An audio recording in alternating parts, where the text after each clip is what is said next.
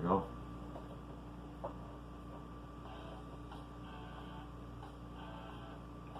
Yep, we know this song. Well, I was making the last video discussing the 29th anniversary of Metallica's Black Album. I almost forgot to do a video commencing this album, Back in Black by AC/DC. Came out in the summer of 1980, making it officially this year 40 years old. It was the first to feature Brian Johnson as their new frontman, replacing Bon Scott, who passed away earlier that year. The album basically was their little homage to Bon, noting the bells at the beginning of the first track on side 1, Hell's Bells. Songs like Have a Drink on Me, You Shook Me All Night Long, Shoot the Thrill, and the title cut here will be played massively on the radio. Oh, we also cannot forget Rock and Roll Ain't Noise Pollution, which is a philosophy I still live by to this day.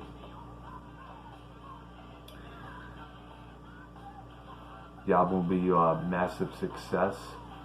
In fact, I would say it was one of 3 albums you had to have that year. The other 2 being Heaven and Hell by Black Sabbath, who also debuted a new frontman, Ronnie James Dio, taking over for Ozzy Osbourne, who was fired the previous year, and The Wall by Pink Floyd, one of the greatest concept albums of all time.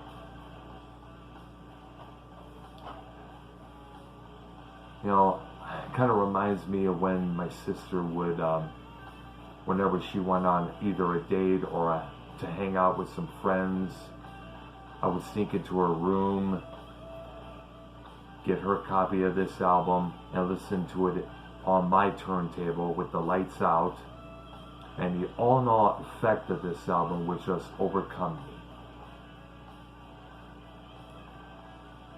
She of course found out and repaid the favor by sneaking my copy of The Wall for her to listen to when I wasn't there, so we were even on that part. We made a joke not too long ago about that, and we decided we could not blame each other for doing that because both are incredibly awesome albums. Of course, as we know, this song and You Shook Me All Night Long would still be played on the radio to this very day. Mainstream rock and classic rock would, of course, continue to play it. Now, not much has been heard from AC/DC as of late. We know Brian Johnson, has had some hearing issues, forcing him to bail out on the Rock and Bus tour of 2016, leaving Axl Rose of Guns N' Roses to fill in his spot. Malcolm Young, of course, passed away in 2017 from dementia, and bass player Cliff Williams retired from the band. He has another project on the side, for I understand, as well, and drummer Phil Rudd, his whereabouts is still unknown. So we'll have to wait and see what goes on with AC/DC in the future, if there's going to be a new album or new tour or whichever. I will say, if it's going to be AC/DC featuring Angus Young with a whole bunch of new members except for Angus, we're all going to be disappointed. That's the one route we don't want to see AC/DC go into.